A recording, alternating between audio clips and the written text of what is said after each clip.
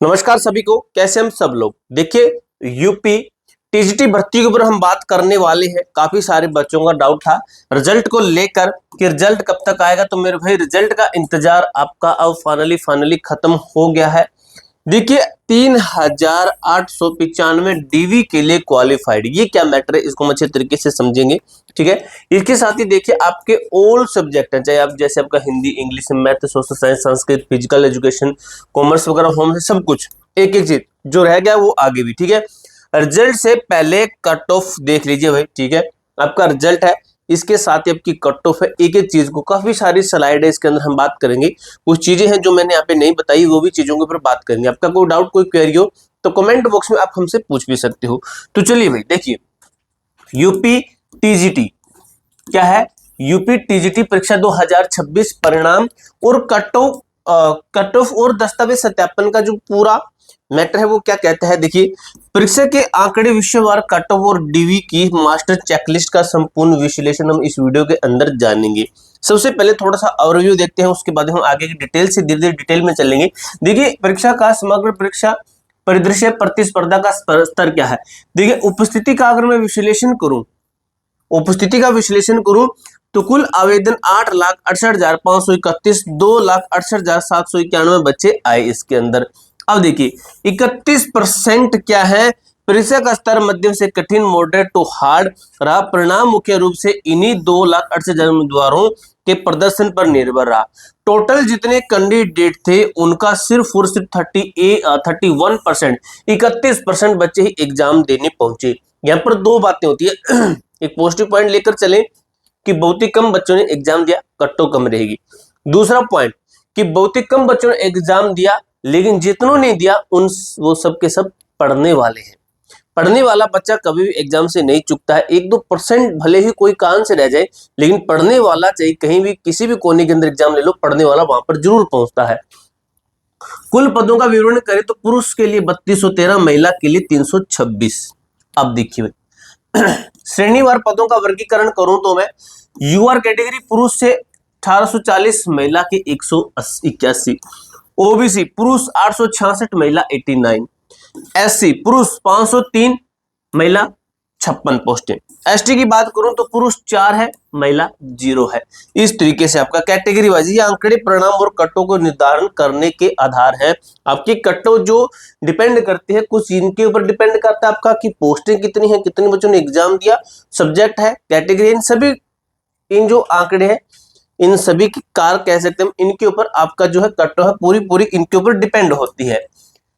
परिणाम की स्थिति और timeline, result status and timeline क्या कहता है। देखिए, वर्तमान का जो चरण है, प्राप्त आपत्तियों की समीक्षा और निस्तारण की प्रक्रिया जारी, यानी कि जो अपने ऑब्जेक्शन लगाए हैं उनकी विभाग अच्छे तरीके से जांच करेगा, कौन से सही है, कौन से गलत है, उसके बाद में पूरा मैटर बनता है। 3 से 4 जून आपका एग्जाम, 6 जून को आपकी प्रोविजनल आंसर की जारी की गई, 10 जून आपत्तियां दर्ज करने की अंतिम तिथि। लेकिन ये जो पॉइंट है ये अभी आपका चल रहा है, आपने आपत्ति लगा दी, उसके बाद में आपका क्या होगा, 25 से 27 जून संशोधित यानी कि रिवाइज्ड आंसर की और अंतिम परिणाम पीडीएफ जारी होने की प्रबल संभावना 25 से 27 जून के बीच में।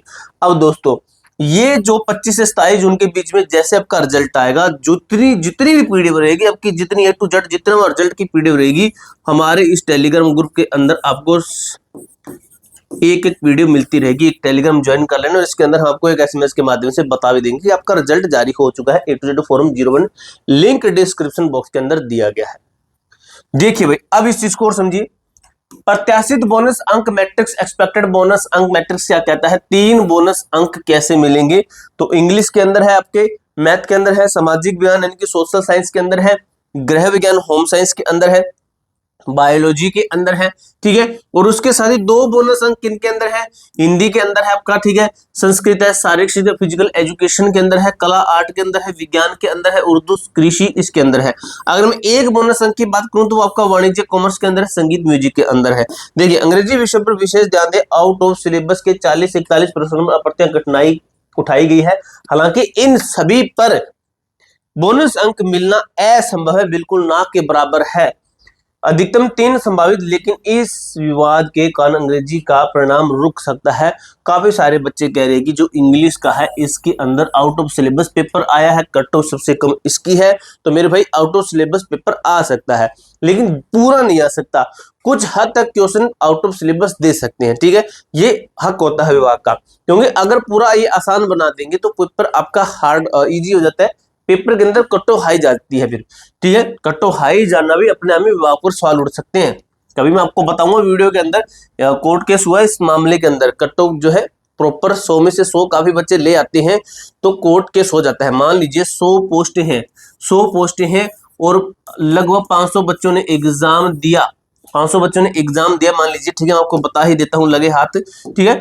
अब देखिए 100 मार्क्स का पेपर है, 100 मार्क्स का पेपर है, 500 बच्चों ने एग्जाम दिया, 100 बच्चे रखने हैं, इसमें से 120 बच्चों ने क्या किया, 100 प्लस नंबर बना दिए, 100 प्लस क्वेश्चन सही कर दिए, 100 क्वेश्चन सही कर दिए, 100 के 100 सही कर दिए।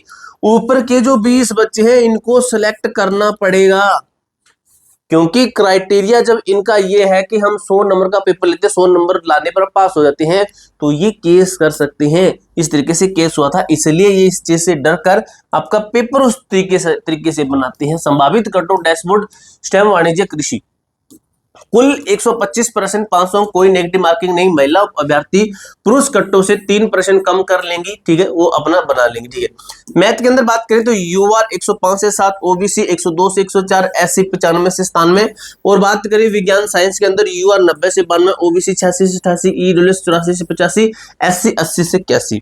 इसी तरीके से आपका बायोलॉजी का इन्होंने बता दिया, यूआर का, ओबीसी का, एससी का, यूआर का आपका कॉमर्स के अंदर, ठीक है, वाणिज्य के अंदर ओबीसी का बता दिया, एससी का बता दिया, एग्रीकल्चर के अंदर यूआर का, ओबीसी का, ठीक है, इस तरीके से बता दिया है। उसके संभावित कट ऑफ डैशबोर्ड कला मानविकी, और इसके अंदर देखिए इंग्लिश के अंदर देखिए आपका यूआर का, ओबीसी 105 से 107, एससी 98 से 100, एसटी 92 से 94, यूआर की यहाँ पर दे दी, ओबीसी की है, एससी की है, किसके अंदर, सोशल साइंस के अंदर, संस्कृत के अंदर आपकी ये रही, यूआर की रही, ओबीसी की रही, एससी की रही, ठीक है, कला के अंदर यूआर, ओबीसी, एससी। इसी तरीके से आपका विज्ञान के अंदर, गृह विज्ञान के अंदर, शारीरिक शिक्षा के अंदर दी गई, उर्दू के अंदर दी गई है, ठीक है, संगीत के अंदर आपकी दी गई है। उसके बाद में देखिए document verification DV master checklist क्या कहती है, देखिए भाई मेरे भाई ये चीज समझिए अच्छे तरीके से, जो आपके काम कीजिए उसको हम थोड़ा सा डिटेल से चलते हैं। 10वीं कक्षा मार्कशीट और सर्टिफिकेट जन्म तिथि सत्यापन के लिए, ठीक है, 12वीं कक्षा मार्कशीट और सर्टिफिकेट आपके पास में होना चाहिए डॉक्यूमेंट के टाइम। स्नातक ग्रेजुएशन का सभी विषयों, सेमेस्टर की मार्कशीट और ओरिजिनल डिग्री या प्रोविजनल सर्टिफिकेट आपके पास में होना चाहिए। ये डॉक्यूमेंट के बिना सीधा फेल, भर्ती से बाहर है। आप पोस्ट ग्रेजुएट है, यदि आवेदन करते समय इसका उल्लेख किया था तो आपको लगाना ही पड़ेगा, यानी कि अपने डॉक्यूमेंट के साथ में अटैच करना पड़ेगा, आपको डॉक्यूमेंट के अंदर ये चेक करवाना पड़ेगा। मान लीजिए आपने कोई ऐसी क्वालिफिकेशन दिखा दी जो आप सोचते हैं कि ये नहीं दिखानी, वो आपने वहां पर नहीं दिखाई तो आपको फेल किया जाएगा। हालांकि भर्ती के क्वालिफिकेशन अलग हो, अगर आपने जितने डॉक्यूमेंट वहां पर अप्लाई किए हैं वो उनमें से एक भी छोड़ोगे तो फेल हो जाओगे, सभी के सभी दिखाने होते हैं। बीएड का सभी सेमेस्टर वर्षों की मार्कशीट और ओरिजिनल डिग्री, इसके साथ ही देखिए डॉक्यूमेंट वेरिफिकेशन मास्टर चेकलिस्ट, पहचान और आरक्षण की बात करें तो पहचान पत्र है, आवेदन पत्र है, तस्वीरें यानी कि फोटो है, 16 से 18 पासपोर्ट साइज की फोटो है, निवास प्रमाण पत्र यानी कि डोमेसाइल, जाति प्रमाण पत्र जो कि ओबीसी का, एससी एसटी का लगता है, ठीक है, ईडब्ल्यूएस यूपी सरकार द्वारा निर्धारित प्रारूप समक्ष जो है इसका बताया गया है। उसके बाद देखिए डीवी प्रो टिप्स, देखिए ये देखिए भाई सुरक्षा प्रोटोकॉल, देखिए भाई सभी दस्तावेज के स्वयं प्रमाणित सेल्फ अटेस्टेड आपकी फोटोकॉपी होनी चाहिए, 3 आपको सेट तैयार रखने हैं, ओरिजिनल रखने हैं। यदि आपके पास आपके किसी भी दस्तावेज नाम, पता, माता पिता का नाम है में कोई त्रुटि है तो उसके समाधान के लिए उसके साथ में एफिडेविट अटैच कर सकते हो। यदि आपके पास में डिग्री नहीं है, अपने कॉलेज से 15 से 20 दिन के भीतर प्रोविजनल डिग्री निकलवाएं। ध्यान रहे फर्जी दस्तावेज प्रस्तुत करने वाले को बाहर किया जाएगा, जिसके बाद प्रतीक्षा सूची के लिए सेकेंड लिस्ट जारी की जाएगी। असली दस्तावेज ही सफलता की कुंजी है और फेक दिखाने वाले के खिलाफ कार्रवाई भी की जा सकती है। पूरी जानकारी मैंने अच्छी तरीके से क्लियर कर दी है। कोई डाउट, कोई क्वेरी कमेंट बॉक्स में पूछ सकते हो। मिलते हैं नेक्स्ट वीडियो के अंदर, तब तक के लिए जय हिंद, जय भारत।